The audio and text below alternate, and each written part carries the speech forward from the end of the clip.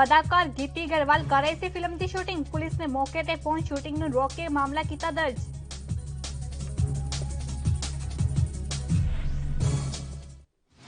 चासवें प्रकाश पुरब ते पंजाब के मुख्यमंत्री अरदास से शामिल। कोरोना महामारी दौरान सरबत दा भला ਲਈ ਕੀਤੀ अरदास।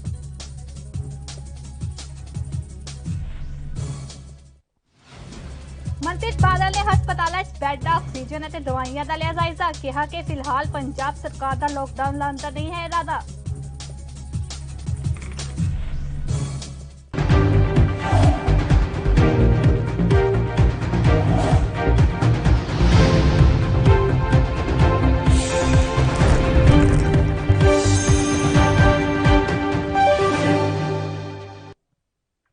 सत श्री अकाल जी, ANB न्यूज़ देख रहे सारे दर्शकों का मैं कोमल कपूर स्वागत करती हाँ। शुरुआत करते हैं अज के बुलेटिन की। श्री गुरु तेग बहादुर साहिब जी के 450 प्रकाश पुरब के मनाने लिए पंजाब के मुख्यमंत्री कैप्टन अमरिंदर सिंह ने चढ़ती कला और सरबत दा भला की अरदास करदे लोगों के नाल शिरकत की। इस चुनौती भरी महामारी वाली स्थिति में सारिਆਂ की सुरक्षा और तंदुरुस्ती लिए अरदास करदे कैप्टन अमरिंदर सिंह ने लोगों को गुरु जी के संदेशों की पालना करने की अपील की।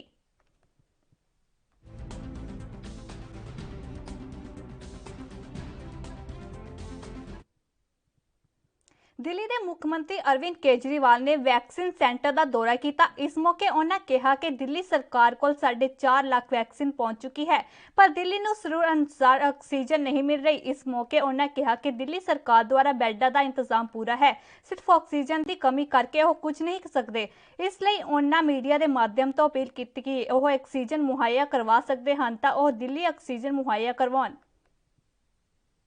आज ये एक ही सेंटर पे शुरू हुआ है 18 से 44 साल के लोगों के लिए। हमारे पास ऑलरेडी 4.5 लाख वैक्सीन्स आ गई हैं और उनको अब सारे डिस्ट्रिक्ट्स में डिस्ट्रीब्यूट कर रहे हैं। परसों सुबह से अब बड़े स्केल के ऊपर वैक्सीनेशन दिल्ली में शुरू हो जाएगा। और मेरी सब लोगों से रिक्वेस्ट है, अभी वॉक इन नहीं है तो सेंटर्स के ऊपर लोग लाइनें ना लगाएं कि भाई मेरी पहले लाइन। सबको अपॉइंटमेंट मिलेंगे, आप अपॉइंटमेंट ले लें, अपना ऑनलाइन अपॉइंटमेंट लें। कि बहुत ज़्यादा परेशानी हो रही है। आज भी मतलब चारों तरफ अस्पतालों से SOS आ रहे हैं, इस अस्पताल की ख़त्म हो गई, इसकी 1 घंटे की बच गई, उसकी आधे घंटे की बच गई। बहुत ज़्यादा मुश्किल हालात पैदा होते जा रहे हैं। तो अब दिल्ली, हमने कोर्ट्स में भी बोला है, हमने केंद्र सरकार को भी लिखा है कि दिल्ली की 976 टन पर डे की रिक्वायरमेंट है। उस 976 के अगेंस्ट में हमें 490 टन ऑक्सीजन अलॉट की गई है दिल्ली को, वो 490 भी नहीं मिल रही है। कल केवल 312 टन आई है, तो अब 976 टन ऑक्सीजन की ज़रूरत है। उसके अगेंस्ट में अगर 312 टन ऑक्सीजन हमें दिल्ली को दी जाएगी तो कैसे काम चलेगा। आज सारे अस्पतालों के अंदर हाहाकार मचा हुआ है। कई अस्पतालों ने बोला है कि उनको अपने पेशेंट्स निकालने पड़ेंगे, तो दिल्ली को ऑक्सीजन चाहिए। तो मेरी सब लोगों से हाथ जोड़ के, जो भी सुन रहा है ये और जिसके हाथ में डिसीजन लेना है, सबसे हाथ जोड़ के विनती है कि हमारे दिल्ली को ऑक्सीजन चाहिए। केवल ऑक्सीजन की वजह से आज आप हमें ऑक्सीजन दे दीजिए। हमारे राधा स्वामी में हम लोगों ने 5000 बेड की तैयारी की हुई है, वहाँ केवल 150 बेड फंक्शनल है, ऑक्सीजन नहीं है। हमने कॉमनवेल्थ गेम्स में और यमुना स्पोर्ट्स कॉम्प्लेक्स में मिला के 1300 बेड की तैयारी की हुई है, ऑक्सीजन नहीं है। हमने बुराड़ी के अंदर 2500 बेड की तैयारी की हुई है। अगर आज हमें ऑक्सीजन मिल जाए तो 9000 bed oxygenated beds 9000 oxygenated beds Delhi में 24 घंटे में तैयार हो जाएंगे। ऑक्सीजन ही नहीं है। अब दिल्ली अपनी ऑक्सीजन प्रोड्यूस नहीं करता, हम किसके पास जाएं, हम किससे ऑक्सीजन मांगें। दिल्ली विच कोरोना करके हालात बहुत नाजुक बने हुए हैं। अजिही हालत दिल्ली सरकार स्थिति ਨੂੰ काबू करने ਲਈ बहुत कोशिश कर रही है, पर ऑक्सीजन की कमी के चलते सरकार के सारे प्रबंध बेकार जापते हैं। इस करके दिल्ली सरकार ने केंद्र ਨੂੰ चिट्ठी लिख के दिल्ली ਲਈ ऑक्सीजन की मांग की। सरकार का कहना है कि दिल्ली च बैडा तो लैके दवाइयां तक सारे प्रबंध मुकम्मल हैं, पर ऑक्सीजन की कमी के चलते हुए दिल्ली च लोगों च मौत हो रही है।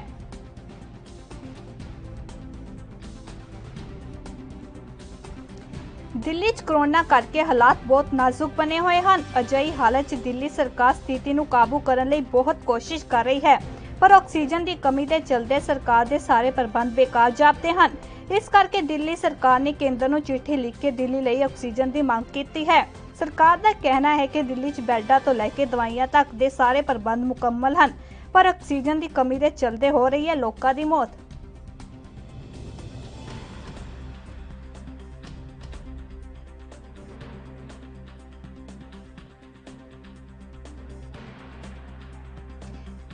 ਦਿੱਲੀ 'ਚ ਕੋਰੋਨਾ ਕਰਕੇ ਹਾਲਾਤ ਬਹੁਤ ਨਾਜ਼ੁਕ ਬਣੇ ਹੋਏ ਹਨ। ਅਜਿਹੀ ਹਾਲਤ 'ਚ ਦਿੱਲੀ ਸਰਕਾਰ ਸਥਿਤੀ ਨੂੰ ਕਾਬੂ 'ਚ ਕਰਨ ਲਈ ਬਹੁਤ ਕੋਸ਼ਿਸ਼ ਕਰ ਰਹੀ ਹੈ, ਪਰ ਆਕਸੀਜਨ ਦੀ ਕਮੀ ਦੇ ਚਲਦੇ ਸਰਕਾਰ ਦੇ ਸਾਰੇ ਪ੍ਰਬੰਧ ਬੇਕਾਰ ਜਾਪਦੇ ਹਨ। ਇਸ ਕਰਕੇ ਦਿੱਲੀ ਸਰਕਾਰ ਨੇ ਕੇਂਦਰ ਨੂੰ ਚਿੱਠੀ ਲਿਖ ਕੇ ਦਿੱਲੀ ਲਈ ਆਕਸੀਜਨ ਦੀ ਮੰਗ ਕੀਤੀ ਹੈ। ਸਰਕਾਰ ਦਾ ਕਹਿਣਾ ਹੈ ਕਿ ਦਿੱਲੀ 'ਚ ਬੈੱਡਾਂ ਤੋਂ ਲੈ ਕੇ ਦਵਾਈਆਂ ਤੱਕ ਦੇ ਸਾਰੇ ਪ੍ਰਬੰਧ ਮੁਕੰਮਲ ਕਰ ਲਏ ਗਏ ਹਨ, ਪਰ ਆਕਸੀਜਨ ਦੀ ਕਮੀ ਦੇ ਚਲਦੇ ਲੋਕਾਂ ਦੀ ਮੌਤ ਹੋ ਰਹੀ ਹੈ।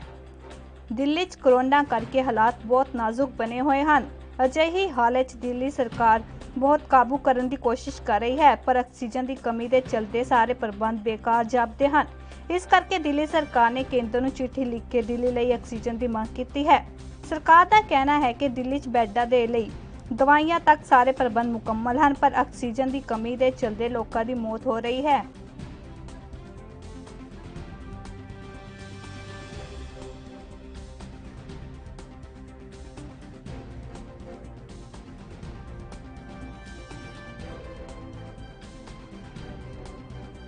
ਦਿੱਲੀ 'ਚ ਕੋਰੋਨਾ ਕਰਕੇ ਹਾਲਾਤ ਬਹੁਤ ਨਾਜ਼ੁਕ ਬਣੇ ਹੋਏ ਹਨ। ਅਜਿਹੀ ਹਾਲਤ 'ਚ ਦਿੱਲੀ ਸਰਕਾਰ ਸਥਿਤੀ ਨੂੰ ਕਾਬੂ ਕਰਨ ਲਈ ਬਹੁਤ ਕੋਸ਼ਿਸ਼ ਕਰ ਰਹੀ ਹੈ, ਪਰ ਆਕਸੀਜਨ ਦੀ ਕਮੀ ਦੇ ਚਲਦੇ ਸਰਕਾਰ ਦੇ ਸਾਰੇ ਪ੍ਰਬੰਧ ਬੇਕਾਰ ਜਾਪਦੇ ਹਨ।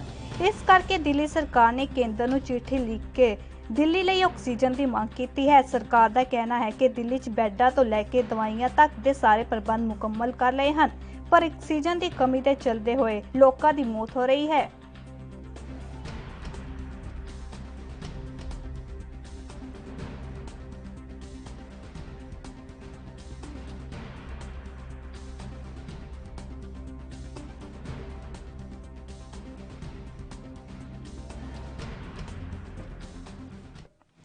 ਸਾਡੇ ਨਾਲ ਸਾਡੇ ਸੰਵਾਦਦਾਤਾ ਰਾਜੀਵ कुमार जुड़ चुके हैं।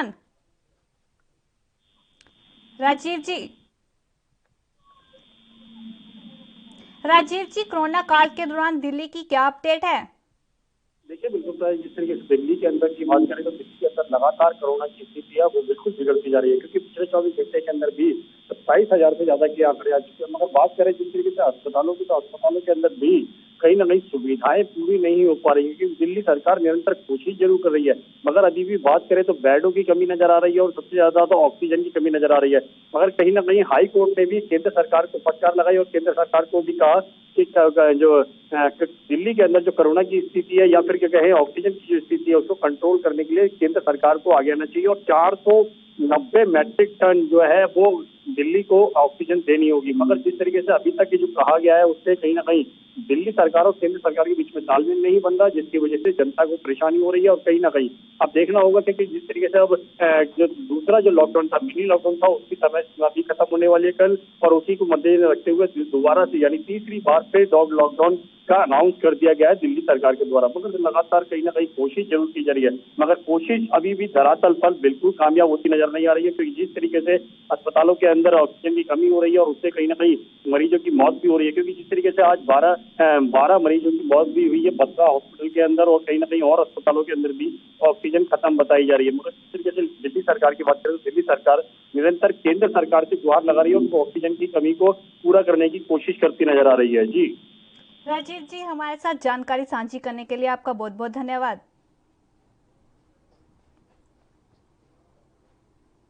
कोरोना ਦੇ ਵੱਧ ਰਹੇ ਕਹਿਰ ਨੂੰ ਵੇਖਦਿਆਂ ਵਿੱਤ ਮੰਤਰੀ ਪੰਜਾਬ ਵੱਲੋਂ ਸਰਕਾਰੀ ਅਤੇ ਪ੍ਰਾਈਵੇਟ ਹਸਪਤਾਲਾਂ ਦਾ ਦੌਰਾ ਕੀਤਾ ਅਤੇ ਕੋਰੋਨਾ ਦੇ ਮਰੀਜ਼ਾਂ ਸੰਬੰਧੀ ਕੀਤੇ ਗਏ ਪ੍ਰਬੰਧਾਂ ਦੀ ਜਾਣਕਾਰੀ ਇਕੱਤਰ ਕੀਤੀ। ਇਸ ਮੌਕੇ ਮੀਡੀਆ ਨਾਲ ਗੱਲ ਕਰਦਿਆਂ ਵਿੱਤ ਮੰਤਰੀ ਮਨਪ੍ਰੀਤ ਸਿੰਘ ਬਾਦਲ ਨੇ ਕਿਹਾ ਕਿ ਕੋਰੋਨਾ ਮਹਾਮਾਰੀ ਦੌਰਾਨ ਜੋ ਸਰਕਾਰ ਵੱਲੋਂ ਹਦਾਇਤਾਂ ਦਿੱਤੀਆਂ ਗਈਆਂ ਹਨ ਉਹਨਾਂ ਦਾ ਸਾਰੇ ਪਾਲਣਾ ਕਰਦੇ ਹੋਏ 1 ਮਈ ਤੋਂ ਸ਼ੁਰੂ ਕੀਤੀ ਜਾਣ ਵਾਲੀ ਕੋਰੋਨਾ ਵੈਕਸੀਨੇਸ਼ਨ ਬਾਰੇ ਬੋਲਦਿਆਂ ਉਹਨਾਂ ਕਿਹਾ कि वैक्सीन का कोटा केंद्र सरकार तय करती है, पर हाले तक पंजाब का कोटा तय नहीं किया गया।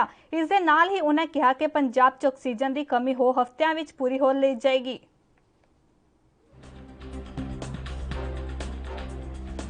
जो आज हालात बने हुए हैं और मैं एक ही मरतबा कह चुके हैं कि हिंदुस्तान के जिन्ने भी मसले ਉਹਨਾਂ ਮਸਲਿਆਂ ਨੂੰ ਤੁਸੀਂ ਇੱਕ ਪਾਸੇ ਰੱਖ ਲਓ ਔਰ ਦੂਜੇ ਪਾਸੇ ਸਿਰਫ ਕਰੋਨਾ ਦਾ ਜਿਹੜਾ ਮਸਲਾ ਹੈ, ਇਹ ਕਰੋਨਾ ਦਾ ਮਸਲਾ ਬਾਕੀ ਸਾਰੇ ਮਸਲਿਆਂ ਤੋਂ ਅੱਜ ਭਾਰੀ ਸਾਨੂੰ ਨਜ਼ਰ ਆ ਰਿਹਾ। ਔਰ ਵੈਸੇ ਤਾਂ ਹਾਲਾਤ ਜਿਹੜੇ ਹੈ ਸਾਰੇ ਦੇਸ਼ 'ਚ ਹੀ ਗੰਭੀਰ ਹੈ, ਪਰ ਇੰਨੇ ਗੰਭੀਰ ਕਦੀ ਨਹੀਂ ਹੋਏ ਜਿਹੜੇ ਅੱਜ ਦੇ ਦਿਨ ਸੀ। ਅੱਜ ਮੈਂ ਖਬਰ 'ਚ ਵੀ ਪੜ੍ਹ ਰਿਹਾ ਸੀ ਕਿ 4 ਲੱਖ ਕੇਸ ਜਿਹੜਾ ਇਹ ਆ ਚੁੱਕਿਆ। ਅੱਜ ਬਠਿੰਡੇ ਦੇ ਵਿੱਚ ਪੈਨਿਕ ਤਾਂ ਨਹੀਂ ਹੈ, ਮਤਲਬ ਘਬਰਾਉਣ ਦੀ ਤਾਂ ਕੋਈ ਲੋੜ ਨਹੀਂ ਹੈ, ਪਰ ਅਸੀਂ ਇਹ ਜਾਇਜ਼ਾ ਲੈ ਰਹੇ ਹਾਂ ਕਿ ਜੇ ਅਸੀਂ ਕੀ ਨਾ ਕੀਤਾ ਤਾਂ ਇਹਦੇ ਜਿਹੜੇ ਨਤੀਜੇ ਕੀ ਹੋਣਗੇ। ਹਸਪਤਾਲ ਤੇ ਕੋਈ ਅੱਧਾ ਦਰਜਨ ਪ੍ਰਾਈਵੇਟ ਹਸਪਤਾਲਾਂ 'ਚ ਵੀ ਮੈਂ ਔਰ ਡੀਸੀ ਸਾਹਿਬ ਔਰ ਡਾਕਟਰ ਢਿੱਲੋਂ ਜਿਹੜੇ ਕਿ ਚੀਫ ਮੈਡੀਕਲ ਆਫਿਸਰ ਹੈ, ਬੇਸਿਕਲੀ ਇੱਕ ਜਾਇਜ਼ਾ ਲੈਣਾ ਹੈ ਕਿ ਸਾਡੇ ਕੋਲੇ ਬੈੱਡ ਦੀ ਕਿੰਨੀ ਅਵੇਲੇਬਿਲਿਟੀ ਹੈ, ਸਾਡੇ ਕੋਲੇ ਆਕਸੀਜਨ ਦਾ ਕਿੰਨਾ ਬਫਰ ਬਚਿਆ ਹੈ, ਔਰ ਸਾਡੇ ਕੋਲੇ ਜਿਹੜਾ ਮੈਡੀਸਨ ਹੈ ਔਰ ਖਾਸ ਕਰਕੇ ਕੁਝ ਲਾਈਫ ਸੇਵਿੰਗ ਡਰੱਗਸ ਹੈ, ਉਹਨਾਂ ਦੀ ਕੀ ਸੂਰਤ ਹਾਲ ਹੈ। ਔਰ ਕਿਵੇਂ ਨਾ ਕਿਵੇਂ ਇਹ ਜਿਹੜੇ ਸਾਡੇ ਤੇ ਇੱਕ ਬੜਾ ਇਹ ਤਜਵੀਜ਼ਨਾਕ ਜਿਹੜੀ ਸੂਰਤ ਹਾਲ ਬਣੀ ਹੋਈ ਹੈ, ਇਹਦੇ ਨਾਲ ਕਿਵੇਂ ਨਜਿੱਠ ਸਕਦੇ ਆ। ਔਰ ਜਿੰਨੇ ਵੀ ਕੋਵਿਡ ਵਾਰੀਅਰਸ ਹੈ, ਫਰੰਟ ਲਾਈਨ ਵਰਕਰਸ ਹੈ, ਔਰ ਖਾਸ ਕਰਕੇ ਜਿਹੜੇ ਪੰਜਾਬ ਦੇ ਡਾਕਟਰਸ ਤੇ ਪੈਰਾਮੈਡੀਕਲ ਸਟਾਫ ਹੈ, ਉਹਨਾਂ ਨੂੰ ਮੈਂ ਅੱਜ ਖਰਾਜੇ ਤਸੀਮ ਖਰਾਜੇ ਅਕੀਦਤ ਪੇਸ਼ ਕਰਦਾ ਕਿ ਉਹ ਆਪਣਾ, ਜਿਹਨੂੰ ਅੰਗਰੇਜ਼ੀ 'ਚ ਕਹਿੰਦੇ ਆ ਬਿਯੋਂਡ ਦ ਕਾਲ ਆਫ ਡਿਊਟੀ, ਡਿਊਟੀ ਤਾਂ ਸਾਰੇ ਹੀ ਕਰਦੇ, ਡਿਊਟੀ ਤੇ ਤਾਂ ਹਰ ਬੰਦਾ ਜਾਂਦਾ, ਪਰ ਕਈ ਬੜੇ ਥੋੜੇ ਬੰਦੇ ਹੁੰਦੇ ਆ ਜਿਹੜੇ ਕਿ ਡਿਊਟੀ ਤੋਂ ਵੀ ਅੱਗੇ ਹੋ ਕੇ ਖਲਕਤ ਦੀ ਜਾਂ ਕੌਮ ਦੀ ਜਾਂ ਮੁਲਕ ਦੀ ਸੇਵਾ ਕਰ ਰਹੇ। ਔਰ ਅੱਜ ਇਹ ਡਾਕਟਰ ਤੇ ਪੈਰਾਮੈਡੀਕਲ ਨੇ ਇਹਦਾ ਇੱਕ ਸਬੂਤ ਦਿੱਤਾ ਹੈ ਕਿ ਹਿੰਦੁਸਤਾਨ ਦੇ ਡਾਕਟਰ ਤੇ ਪੈਰਾਮੈਡੀਕਲ ਇਹ ਬਿਯੋਂਡ ਦ ਕਾਲ ਆਫ ਡਿਊਟੀ। ਕਾਰੋਬਾਰ ਦਾ ਪਹੀਆ ਜਿਹੜਾ ਇਕੋਨਮੀ ਉਹ ਬਿਲਕੁਲ ਜਾਮ ਹੋ ਜਾਂਦਾ ਹੈ। ਉਹ ਸੋ ਦੋਨੇ ਪਾਸੇ ਹੀ, ਔਰ ਇਹਨੂੰ ਬੜਾ ਇੱਕ ਫਾਈਨ ਬੈਲੈਂਸ ਜਿਹੜਾ ਇਹਦਾ ਬਣਾਉਣਾ ਪੈਣਾ। ਸੋ ਸੀਐਮ ਸਾਹਿਬ ਨੇ ਇਹ ਬੜੀ ਵਾਜ਼ੇ ਤੌਰ ਤੇ ਕਿਹਾ ਕਿ ਇਸ ਵੇਲੇ ਜਿਹੜਾ ਜਿਹਨੂੰ ਆਪਾਂ ਕਰਫਿਊ ਕਹਿ ਦਈਏ ਜਾਂ ਬਿਲਕੁਲ ਟੋਟਲ ਲਾਕਡਾਊਨ ਹੈ, ਉਹ ਅਜੇ ਤੱਕ ਸਾਡੇ ਟੇਬਲ ਤੇ ਨਹੀਂ। ਆਫਰ ਜ਼ਰੂਰ ਰੱਖੀਏ, ਜਿੰਨੀ ਸਾਨੂੰ ਲੋੜ ਹੈ ਉਨੀ ਆ ਰਹੀ ਹੈ। ਇਹ ਜਿਹਨੂੰ ਅੰਗਰੇਜ਼ੀ 'ਚ ਪੈਨਿਕ ਕਹਿੰਦੇ, ਘਬਰਾਹਟ ਫੈਲਾਉਣ ਦਾ ਅੱਜ ਟਾਈਮ ਨਹੀਂ ਹੈ। ਜਿੰਨੀ ਸਾਨੂੰ ਜ਼ਰੂਰਤ ਹੈ ਉਨੀ ਪਹੁੰਚ ਰਹੀ ਹੈ। ਜਿਸ ਤਰ੍ਹਾਂ ਮੈਂ ਕਿਹਾ ਕਿ ਅਗਲੇ 2 ਹਫ਼ਤਿਆਂ ਦੇ ਵਿੱਚ ਇਹ ਸਾਰੀ ਕਮੀ ਜਿਹੜੀ ਹੈ ਇਹ ਪੂਰੀ ਕਰਨ ਦੀ ਸਾਡੀ ਕੋਸ਼ਿਸ਼ ਹੋਏ। ਪਟਿਆਲਾ ਦੇ ਨਜ਼ਦੀਕ ਪੈਂਦੇ ਬਨੂੜ ਜੀਰਕਪੁਰ ਰੋਡ ਉੱਤੇ ਸਥਿਤ ਪਿੰਡ ਕਰਾਲਾ ਵਿੱਚ ਪੰਜਾਬੀ ਫਿਲਮ ਅਧਿਕਾਰ ਗਿੱਪੀ ਗਰੇਵਾਲ ਇੱਕ ਫਿਲਮ ਦੀ ਸ਼ੂਟਿੰਗ ਕਰ ਰਹੇ ਸਨ, ਜਦਕਿ ਵੀਕਐਂਡ ਲਾਕਡਾਊਨ ਲੱਗਾ ਹੋਇਆ ਹੈ। ਪੁਲਿਸ ਨੂੰ ਸੂਚਨਾ ਮਿਲੀ, ਜਿਸ ਦੇ ਆਧਾਰ ਉੱਤੇ ਪੁਲਿਸ ਨੇ ਰੇਡ ਕਰ ਉੱਥੋਂ ਤੋਂ ਕਈ ਲੋਕਾਂ ਨੂੰ ਆਪਣੀ ਹਿਰਾਸਤ ਵਿੱਚ ਲਿਆ। ਪੰਜਾਬੀ ਫਿਲਮੀ ਐਕਟਰ ਗਿੱਪੀ ਗਰੇਵਾਲ ਨੇ ਕਿਹਾ ਕਿ ਅਸੀਂ ਪਰਮਿਸ਼ਨ ਲਈ ਅਪਲਾਈ ਕੀਤਾ ਸੀ, ਲੇਕਿਨ ਮਨਜ਼ੂਰੀ ਨਹੀਂ ਮਿਲੀ। ਮੀਡੀਆ ਦੇ ਕੈਮਰੇ ਤੋਂ ਬਚਦੇ ਗਿੱਪੀ ਗਰੇਵਾਲ ਗੱਡੀ ਵਿੱਚ ਬੈਠਦੇ ਵਿਖਾਈ ਦਿੱਤੇ। ਡੀਐਸਪੀ ਨੇ ਜਾਣਕਾਰੀ ਦਿੰਦੇ ਹੋਏ ਦੱਸਿਆ ਕਿ ਕਈ ਲੋਕ ਇਕੱਠੇ ਹੋ ਕੇ ਸ਼ੂਟਿੰਗ ਕਰ ਰਹੇ ਸਨ, ਜਿਨ੍ਹਾਂ ਤੇ ਪੁਲਿਸ ਨੇ ਵੱਖ-ਵੱਖ ਧਾਰਾਵਾਂ ਤਹਿਤ ਮਾਮਲਾ ਦਰਜ ਕਰ ਲਿਆ ਹੈ।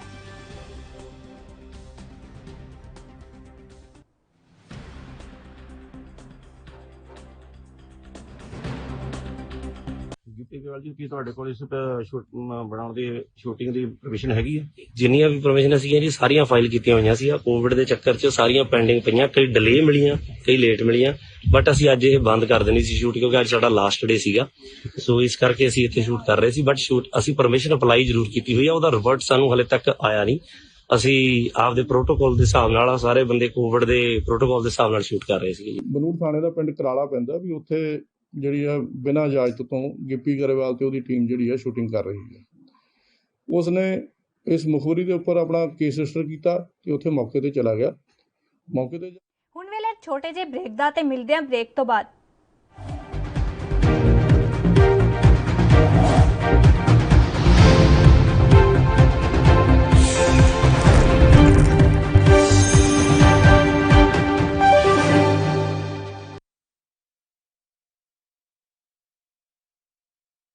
गुरु तेग बहादुर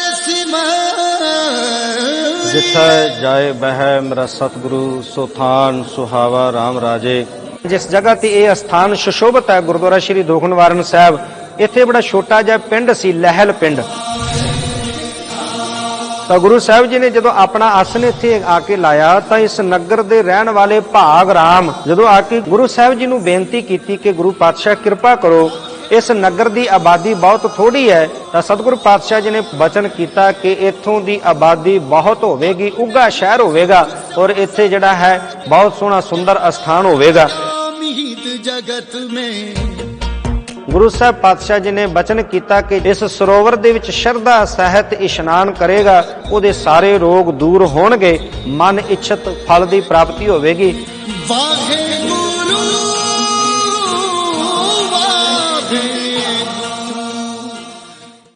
क्या आप दुबले पतले कमजोर हैं, आपकी सेहत नहीं बनती, भूख कम लगती है, वजन नहीं बढ़ता? दरअसल मेन बात खाना पीना खाना नहीं है, मेन बात है खाया पिया लगना। और अगर खाया पिया लगेगा ही नहीं तो सेहत बनेगी कैसे? इसलिए हमारी संस्था सन्यासी आयुर्वेदा ने एक ऐसी दवा बनाई है जो कि आपके पाचन तंत्र को, आपके लीवर सिस्टम को ठीक करने का काम करती है, ताकि आप जो भी खाएं उसका पूरे का पूरा निचोड़ आपके शरीर को लगे, आपकी भूख बढ़े, खाया पिया सही से लगे, नया खून बने, हड्डियों में जान आए, वजन बढ़े, ताकत बढ़े, चेहरे पर नूर आए और आप मोटे तगड़े खूबसूरत पर्सनैलिटी के मालिक बन जाएं। यह दवा पूरी तरह से आयुर्वेदिक होती है। इसका शरीर पर कोई भी साइड इफेक्ट, कोई भी नुकसान या दुष्प्रभाव नहीं होता। लड़के लड़कियां दोनों इसका इस्तेमाल कर सकते हैं और पहले 15 दिन के अंदर ही आपको इसका असर महसूस हो जाएगा। सिर्फ 650 रुपए की पूरे 1 महीने की दवा होती है और आप इसे घर बैठे 011 45 45 45 45 पर फोन करके दवा मंगवा सकते हैं।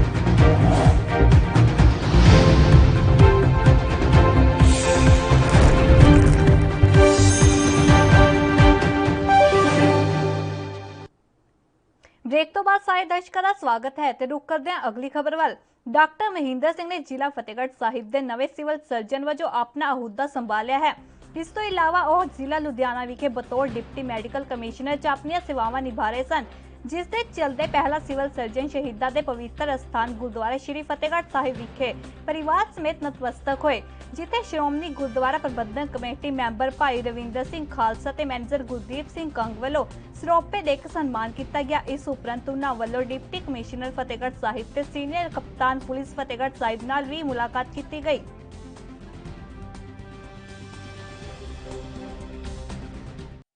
ਮੈਂ ਡਾਕਟਰ ਮਹਿੰਦਰ ਸਿੰਘ ਹੈਗਾ। ਮੈਂ ਇੱਥੇ ਪਹਿਲਾਂ ਡਿਪਟੀ ਮੈਡੀਕਲ ਕਮਿਸ਼ਨਰ ਲੁਧਿਆਣਾ ਲੱਗਿਆ ਹੋਇਆ ਸੀਗਾ ਤੇ ਮੈਨੂੰ ਜਿਹੜੀ ਹੈਗੀ ਹੈ ਪ੍ਰਮੋਸ਼ਨ ਕਰਕੇ ਮੈਨੂੰ ਇੱਥੇ ਫਤਿਹਗੜ੍ਹ ਸਾਹਿਬ ਦਾ ਸਿਵਲ ਸਰਜਨ ਲਗਾਇਆ ਹੈਗਾ। ਇੱਥੇ ਮੈਨੂੰ ਇਸ ਜ਼ਿਲ੍ਹੇ ਦੀ ਸੇਵਾ ਕਰਨ ਦਾ ਮੌਕਾ ਮਿਲਿਆ ਹੈਗਾ। ਇਹ ਇੱਕ ਸ਼ਹੀਦਾਂ ਦੀ ਧਰਤੀ ਹੈ ਤੇ ਮੈਨੂੰ ਬਹੁਤ ਹੀ ਖੁਸ਼ੀ ਹੈ ਕਿ ਮੈਨੂੰ ਇੱਥੇ ਲੋਕਾਂ ਦੀ ਸੇਵਾ ਕਰਨ।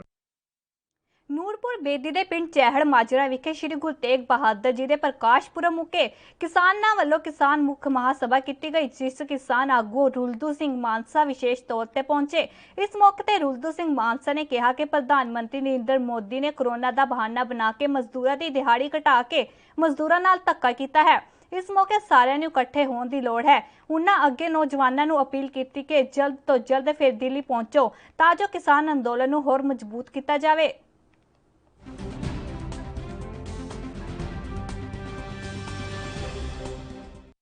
ਜੀ ਪਿਛਲੇ ਸਾਲ ਮੋਦੀ ਨੇ ਬਿਮਾਰੀ ਦਾ ਨਾਂ ਲੈ ਕੇ ਲਿਆ ਕੇ ਉਹ ਦਿਹਾੜੀ ਮੁੜ ਕੇ 12 ਘੰਟੇ ਕਰਤੀ। ਮੈਂ ਤਾਂ ਕਹਿੰਦਾ ਵੀ ਐਸ ਬਿਮਾਰੀ ਦੇ ਬਹਾਨੇ ਨਾਲ ਸਾਰਿਆਂ ਨੂੰ ਕਹਾੜਾ ਪਹਿਲਾਂ ਮਜ਼ਦੂਰਾਂ ਤੇ ਚਲਾਇਆ।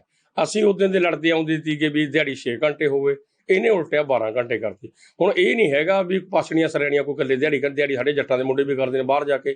ਹੁਣ ਜੇ ਓਵਰ ਟਾਈਮ ਮਿਲੂਗਾ ਤਾਂ 12 ਘੰਟਿਆਂ ਤੋਂ ਮਿਲੂਗਾ, ਪਹਿਲਾਂ 8 ਘੰਟਿਆਂ ਤੋਂ ਮਿਲਦਾ ਸੀ। ਕੰਪਨੀਆਂ ਕੋਲੇ ਪਦਾਰਥ ਵਾਧੂ ਹੋ ਗਿਆ, ਮਤਲਬ ਸਾਹਮਣੇ ਨੂੰ ਥਾਂ ਨਹੀਂ ਜਿਹਨਾਂ ਕੋਲੇ ਕੰਪਨੀਆਂ ਕੋਲੇ। ਕੰਪਨੀਆਂ ਦਾ ਪਦਾਰਥ ਬਕਾਉਣ ਦੇ ਮਾਰਿਆਂ ਨੇ ਬਿਮਾਰੀ ਲੈਂਦੀ ਹੈ, ਲੋਕਾਂ ਨੂੰ ਡਰਾਇਆਗਾ, ਉਹਨੂੰ ਮਹਿੰਗੇ ਪਾਤੇ ਬਲੈਕ ਤੋਂ ਕੰਪਨੀਆਂ ਵੇਚ ਰਹੀਆਂ ਨੇਗੀਆਂ। ਹੱਕ ਤਾਂ ਬਣਦਾ ਜੇ ਲੋਕਾਂ ਦੀ ਹਮਦਰਦ ਸਰਕਾਰ ਹੋਵੇ ਫਿਰ ਫਰੀ ਕਿਉਂ ਨਾ ਦੇਵੇ, ਫਿਰ ਪੈਸੇ ਲੈਣ ਦਾ ਕੀ। ਖੇਮਕਰਨ ਅਧੀਨ ਪੈਂਦੇ ਪਿੰਡ ਘਰਿਆਲਾ ਦੇ CSC ਹਸਪਤਾਲ ਵਿਖੇ ਸਮੂਹ ਸਟਾਫ ਵੱਲੋਂ ਇਲਾਕੇ ਦੇ ਲੋਕਾਂ ਨੂੰ ਤੇ ਪੱਤਰਕਾਰ ਭਾਈਚਾਰੇ ਨੂੰ ਕੋਰੋਨਾ ਵੈਕਸੀਨ ਲਾਈ ਗਈ।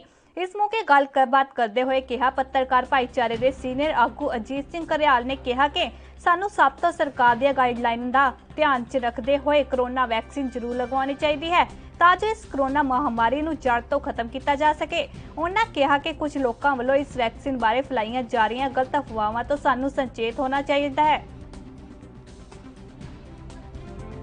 ਅਸੀਂ ਲੋਕਾਂ ਨੂੰ ਇਹ ਸੰਦੇਸ਼ ਦੇਣਾ ਚਾਹੁੰਦੇ ਹਾਂ ਕਿ ਜਿਹੜੀ ਪੰਜਾਬ ਸਰਕਾਰ ਵੱਲੋਂ ਲੋਕਾਂ ਨੂੰ ਸਹੂਲਤ ਮਿਲ ਰਹੀ ਹੈ ਉਹ ਲੋਕੀ ਵੱਧ ਤੋਂ ਵੱਧ ਲਾਭ ਲੈਣ ਇਹਦਾ, ਕਿਉਂਕਿ 45 ਸਾਲ ਤੋਂ ਉੱਪਰ ਦੀ ਉਮਰ ਦੇ ਲੋਕਾਂ ਲਈ ਇਹ ਸਰਕਾਰ ਵੱਲੋਂ ਜਿਹੜੀ ਹੈ ਫ੍ਰੀ ਸਹੂਲਤ ਆ ਵੀ ਵੱਧ ਤੋਂ ਵੱਧ ਲੋਕੀ ਜਿਹੜੀ ਹੈ ਇਹ ਜਿਹੜੀ ਵੈਕਸੀਨੇਸ਼ਨ ਹੈ ਕੋਵਿਡ ਦੀ ਉਹ ਲਵਾਉਣ। ਇਹ CSC ਘਰਿਆਲਾ ਦੇ ਅਧੀਨ ਸਾਡੇ 18 ਸਬ ਸੈਂਟਰ ਆ ਜਿਹਦੇ ਚ ਮੇਨ ਚੀਜ਼ CSC ਹਰੀਕੇ ਆ, PSC ਸਬਰਾਂ ਤੇ PSC ਕਿਰਤੋਂਵਾਲ ਤੇ CSC ਘਰਿਆਲਾ। ਇਹਨਾਂ 4 ਥਾਵਾਂ ਤੇ ਅਸੀਂ ਹਰ ਰੋਜ਼ ਹੀ ਵੈਕਸੀਨੇਸ਼ਨ ਸੈਸ਼ਨ ਲਗਾਉਂਦੇ ਹਾਂ। ਬਾਕੀ ਜਿਹੜੇ ਸਬ ਸੈਂਟਰ ਵਾਈਜ਼ ਆ ਉਹ ਸਾਡੇ ਹੁਣ ਅੱਜ ਤੋਂ ਬਾਅਦ ਜਿਹੜੇ 5 ਸੈਸ਼ਨ ਹਰ ਰੋਜ਼ ਚੱਲਣਗੇ ਪੰਜਾਂ ਪਿੰਡਾਂ ਦੇ ਵਿੱਚ। ਮਾਨਸਾ 'ਚ ਆਬਕਾਰੀ ਵਿਭਾਗ ਦੇ ਅਧਿਕਾਰੀਆਂ ਨੂੰ ਬਾਰਡਰ ਏਰੀਆ ਦੇ ਨਾਲ ਲੱਗਦੇ ਨਾਕਿਆਂ ਦੇ ਚੈਕਿੰਗ ਦੌਰਾਨ ਗੁਪਤ ਸੂਚਨਾ ਮਿਲੀ ਕਿ ਪੰਜਾਬ ਹਰਿਆਣਾ ਸੀਮਾ ਉੱਤੇ ਪੈਂਦੇ ਪਿੰਡ ਕੋਲ ਨਜਾਇਜ਼ ਸ਼ਰਾਬ ਦੇ ਕਾਰੋਬਾਰੀਆਂ ਦੇ ਖਾਲੀ ਪਈ ਜ਼ਮੀਨ ਵਿੱਚ ਲਾਨ ਦੱਬਿਆ ਹੈ।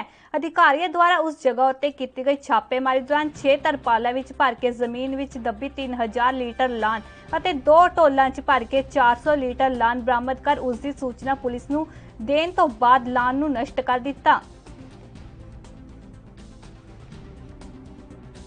ਜਦੋਂ ਅਸੀਂ ਮੌਕੇ ਤੇ ਜਾ ਕੇ ਦੇਖਿਆ ਤਾਂ ਬਿਲਕੁਲ ਲਾਸਟ ਜਿਹੜੀ ਰੈਵਨਿਊ ਲਿਮਿਟ ਹੈ ਪੰਜਾਬ ਦੀ ਭਾਖੜਾ ਨਹਿਰ ਦੇ ਨਾਲ ਲੱਗਦੀ ਹੈ ਤਾਂ ਉੱਥੇ ਸ਼ਾਮਲਾਟ ਜ਼ਮੀਨ ਹੈ, ਸਰਕਾਰੀ ਜ਼ਮੀਨ ਹੈ, ਉਹਦੇ 'ਚ ਟੋਏ ਪੱਟ ਕੇ ਤੇ ਡੂੰਘੇ ਟੋਏ ਪੱਟ ਕੇ ਉਹਦੇ 'ਚ ਲਿਫਾਫੇ ਵਗੈਰਾ ਪਾ ਕੇ ਤਰਪਾਲਾਂ ਪਾ ਕੇ ਉਹਦੇ ਵਿੱਚ ਲਾਨ ਪਾਈ ਹੋਈ ਸੀ। ਜਦੋਂ ਅਸੀਂ ਉਸ ਥਾਂ 'ਤੇ ਚੈੱਕ ਕੀਤਾ ਤਾਂ ਕਾਫੀ ਜਗ੍ਹਾ ਤੇ ਟੋਏ ਵਗੈਰਾ ਪਾਏ ਹੋਏ ਸੀ ਤੇ ਉਹ ਤਕਰੀਬਨ ਕੋਰੋਨਾ ਦੇ ਵੱਧ ਰਹੇ ਪ੍ਰਭਾਵ ਕਾਰਨ ਪੰਜਾਬ ਸਰਕਾਰ ਨੇ ਸ਼ਨੀਵਾਰ ਤੇ ਐਤਵਾਰ ਨੂੰ ਲੋਕਡਾਊਨ ਦਾ ਐਲਾਨ ਕੀਤਾ ਸੀ ਕਿ ਸਾਰੇ ਲੋਕ ਘਰ ਰਹਿਣ ਤੇ ਸਿਰਫ ਜ਼ਰੂਰੀ ਵਸਤੂਆਂ ਲਈ ਛੂਟ ਸੀ। ਇਸ ਦੌਰਾਨ ਲੁਧਿਆਣਾ 'ਚ ਵੀ ਲੋਕਾਂ ਨੇ ਇਸ ਲੋਕਡਾਊਨ ਦੇ ਫੈਸਲੇ ਦਾ ਸਮਰਥਨ ਕੀਤਾ ਤੇ ਸਾਰੀ ਦੁਕਾਨਾਂ ਬੰਦ ਹਨ। ਸਿਰਫ ਮੈਡੀਕਲ ਦੀਆਂ ਦੁਕਾਨਾਂ ਖੁੱਲੀਆਂ ਹਨ। ਪੁਲਿਸ ਵੀ ਤੈਨਾਤ ਹੈ। ਸਿਰਫ ਜ਼ਰੂਰੀ ਵਸਤੂਆਂ ਲਈ ਹੀ ਲੋਕ ਘਰ ਤੋਂ ਬਾਹਰ ਆ ਰਹੇ ਹਨ। जो 2 दिन का लॉकडाउन है, जो बीमारी है कोरोना की, उसके जो ज्यादा फैलाव की वजह से तो जो सैटरडे संडे का है तो बहुत कम लोग निकल रहे हैं, लेकिन इसमें जो एसेंशियल जैसे मेडिकल है वही लोग आ जा रहे हैं। जहाँ जिन्होंने कहीं जाना है ट्रेवलिंग में, ट्रेन में, वही जा रहे हैं और कहीं नहीं। सब बंद है और किनको? हाँ, मार्केट टोटली बंद है। वही आ जा रहा है जिसको जरूरत है, नहीं तो लोग अभी कोऑपरेट करे समझदार है जी। सिर्फ दवाइयों का? हाँ जी, हाँ जी, ओनली सिर्फ दवाइयों का। ਜ਼ਿਲ੍ਹਾ ਤਰਨਤਾਰਨ ਦੇ ਅਧੀਨ ਪੈਂਦੇ ਪਿੰਡ ਵਿਖੇ ਦੋਸਤ ਵੱਲੋਂ ਹੀ ਆਪਣੇ ਦੋਸਤ ਦਾ ਕਤਲ ਕਰਨ ਦਾ ਮਾਮਲਾ ਸਾਹਮਣੇ ਆਇਆ ਹੈ। ਇਸ ਸੰਬੰਧੀ ਜਾਣਕਾਰੀ ਦਿੰਦੇ ਹੋਏ ਮ੍ਰਿਤਕ ਦੇ ਭਰਾ ਨੇ ਦੱਸਿਆ ਕਿ ਉਸਦੇ ਦੋਸਤ ਜੋ ਕਿ ਉਸਦੇ ਭਰਾ ਸੁਖਵਿੰਦਰ ਸਿੰਘ ਤੋਂ 2000 ਰੁਪਏ ਦੀ ਮੰਗ ਕਰ ਰਿਹਾ ਸੀ ਤੇ ਸੁਖਵਿੰਦਰ ਸਿੰਘ ਨੇ ਉਸ ਨੂੰ ਪੈਸੇ ਦੇਣ ਤੋਂ ਇਨਕਾਰ ਕਰ ਦਿੱਤਾ ਤੇ ਮਨਦੀਪ ਸਿੰਘ ਉਸ ਕੋਲੋਂ ਪੈਸੇ ਖੋਹਣ ਲੱਗ ਪਿਆ, ਜਿਸ ਗੱਲ ਨੂੰ ਲੈ ਕੇ ਇਹਨਾਂ ਵਿੱਚ ਤਕਰਾਰ ਹੋ ਗਈ ਤੇ ਮਨਦੀਪ ਸਿੰਘ ਨੇ ਉਸਦੇ ਸਿਰ 'ਚ ਦਾਤਰ ਮਾਰ ਕੇ ਉਸ ਨੂੰ ਗੰਭੀਰ ਰੂਪ 'ਚ ਜ਼ਖਮੀ ਕਰ ਦਿੱਤਾ। ਫਿਰ ਪਿੰਡ ਦੇ ਛੱਪੜ ਤੇ ਸੁੱਟ ਆਇਆ ਜਿੱਥੇ ਉਸ ਦੀ ਮੌਤ ਹੋ ਗਈ, ਜਿਸ ਦੇ ਚਲਦੇ SHO ਹਰਿੰਦਰ ਸਿੰਘ ਨੇ ਲਾਸ਼ ਨੂੰ ਕਬਜ਼ੇ 'ਚ ਲੈ ਕੇ ਉਕਤ ਮਨਦੀਪ ਸਿੰਘ ਤੇ ਕਤਲ ਦਾ ਮੁਕੱਦਮਾ ਦਰਜ ਕਰ ਅਗਲੇਰੀ ਕਾਰਵਾਈ ਸ਼ੁਰੂ ਕਰ ਦਿੱਤੀ ਹੈ।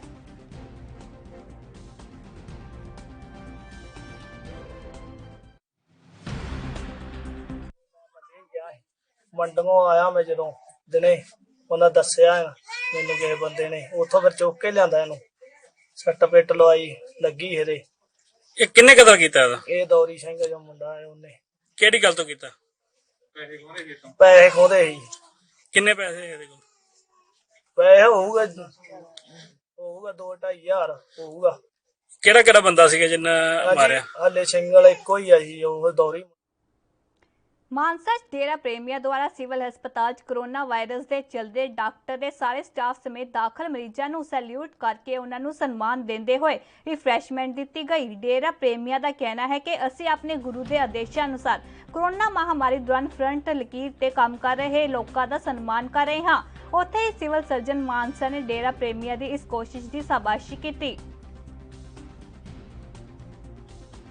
ਜੋ ਵੀ ਸਾਨੂੰ ਸਾਡੇ ਸਤਿਗੁਰ ਉੱਥੋਂ ਬੈਠੇ ਸਨਾਰੀਆ ਧਾਮ ਦੇ ਵਿੱਚੋਂ ਦਿਸ਼ਾ ਨਿਰਦੇਸ਼ ਕਰਦੇ ਆ, ਅਸੀਂ ਉਹਨਾਂ ਉੱਤੇ ਇੱਲ ਬਿਲ ਫੁੱਲ ਚੜਾਉਂਦੇ। ਜਦੋਂ ਵੀ ਸਾਨੂੰ ਕੋਈ ਹੁਕਮ ਆ ਜਾਂਦਾ ਹੈ ਉਸੇ ਟਾਈਮ ਅਸੀਂ ਉਹ ਕੰਮ ਨੂੰ ਪਹਿਲੇ ਆਧਾਰ ਤੇ ਕਰਦੇ ਹਾਂ ਜੀ। ਜਿਸ ਤਰ੍ਹਾਂ ਪਿਤਾ ਜੀ ਨੇ ਵਚਨ ਫਰਮਾਇਆ ਕਿ ਬੇਟਾ ਜੋ ਵੀ ਤੁਸੀਂ ਦੇਖ ਰਹੇ ਹੋ ਡਾਕਟਰ ਸਾਹਿਬ, ਅੱਜ ਅਸੀਂ ਡਾਕਟਰ ਸਾਹਿਬ ਜਿੰਨੇ ਵੀ ਡਾਕਟਰ ਸਾਹਿਬ ਇੱਥੇ ਮਰੀਜ਼ਾਂ ਦੀ ਦੇਖਭਾਲ ਕਰਦੇ ਆ ਉਹਨਾਂ ਸਭ ਨੂੰ ਸਲੂਟ ਕੀਤਾ ਹੈ।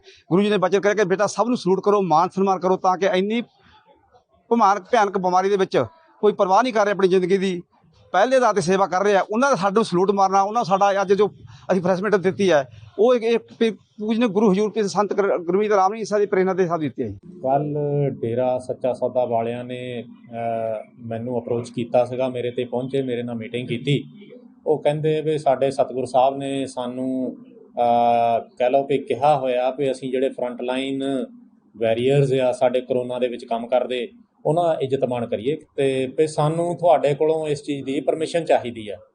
ਸੋ ਮੈਂ ਕਿਹਾ ਵੀ ਇਹਦੇ 'ਚ ਤਾਂ ਕੋਰੋਨਾ ਮਹਾਮਾਰੀ ਨੂੰ ਵੇਖਦੇ ਹੋਏ ਪੰਜਾਬ ਸਰਕਾਰ ਦੁਆਰਾ ਸ਼ਨੀਵਾਰ ਤੇ ਐਤਵਾਰ ਨੂੰ ਦੁਕਾਨਾਂ ਬੰਦ ਕਰਨ ਦਾ ਐਲਾਨ ਕੀਤਾ ਗਿਆ ਸੀ, ਜਿਸ ਦੇ ਚਲਦੇ ਹੋਏ ਪਟਿਆਲਾ ਦੀਆਂ ਮੁਕੰਮਲ ਤੌਰ ਤੇ ਦੁਕਾਨਾਂ ਬੰਦ ਹਨ ਤੇ ਸਿਰਫ ਮੈਡੀਕਲ ਦੀ ਦੁਕਾਨਾਂ, ਸਬਜ਼ੀ ਮੰਡੀ ਤੇ ਦੁੱਧ ਦੀ ਡੈਰੀਆਂ ਖੁੱਲੀਆਂ ਦੇਖਣ ਨੂੰ ਮਿਲੀਆਂ।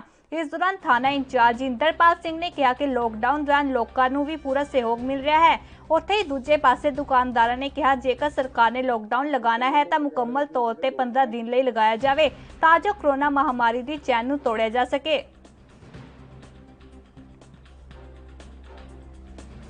ਲੋਕਾਂ ਵੱਲੋਂ ਪਟਿਆਲੇ ਦੇ ਜਿਹੜੇ ਲੋਕ ਨੇ ਇਹ ਪੁਲਿਸ ਨੂੰ ਪੂਰਾ ਸਹਿਯੋਗ ਦੇ ਰਹੇ ਨੇ। ਗੱਲ ਕਰੀਏ ਦੁਕਾਨਾਂਦਾਰਾਂ ਵੱਲੋਂ ਦੁਕਾਨਾਂ ਬੰਦ ਵੀ ਹੈਗੀਆਂ ਤੇ ਕਿਹੜੀ ਜਿਹੜੀ ਦੁਕਾਨ ਸੀ ਐਮਰਜੈਂਸੀ ਲਈ ਉਹਨੂੰ ਸ਼ੁਰੂ ਕੀਤੀ ਗਈ ਸੀ ਕੁਝ ਟਾਈਮ ਲਈ? ਜਿਹੜੀ ਤਾਂ ਓਵਰਆਲ ਤੇ ਸਾਰੀਆਂ ਦੁਕਾਨਾਂ ਬੰਦ ਨੇ, ਪਰ ਜਿਹੜੀਆਂ ਮੈਡੀਕਲ ਫੈਸਿਲਿਟੀ ਨਾਲ ਰਿਲੇਟਡ ਦੁਕਾਨਾਂ ਨੇ ਉਹ ਸਾਰੀਆਂ ਖੁੱਲੀਆਂ ਨੇ ਤੇ ਦੁੱਧ ਦੀਆਂ ਡੈਰੀਆਂ ਤੇ ਥੋੜੇ ਟਾਈਮ ਲਈ ਸਬਜ਼ੀ ਦੀਆਂ ਜਿਹੜੀਆਂ ਰੇਹੜੀਆਂ ਸੀ ਉਹ ਵੀ ਖੁੱਲੀਆਂ ਸੀ, ਪਰ ਹੁਣ ਉਹ ਬੰਦ ਹੋ। ਅੱਜ ਦੇ ਬੁਲੇਟਿਨ 'ਚ ਫਿਲਹਾਲ ਮੇਰੇ ਨਾਲ ਇੰਨਾ ਹੀ। ਤੁਸੀਂ ਬਨੇ ਰਹੋ ANB ਨਿਊਜ਼ ਦੇ ਨਾਲ ਤੇ ਮੈਨੂੰ ਦਿਓ ਇਜਾਜ਼ਤ। ਧੰਨਵਾਦ।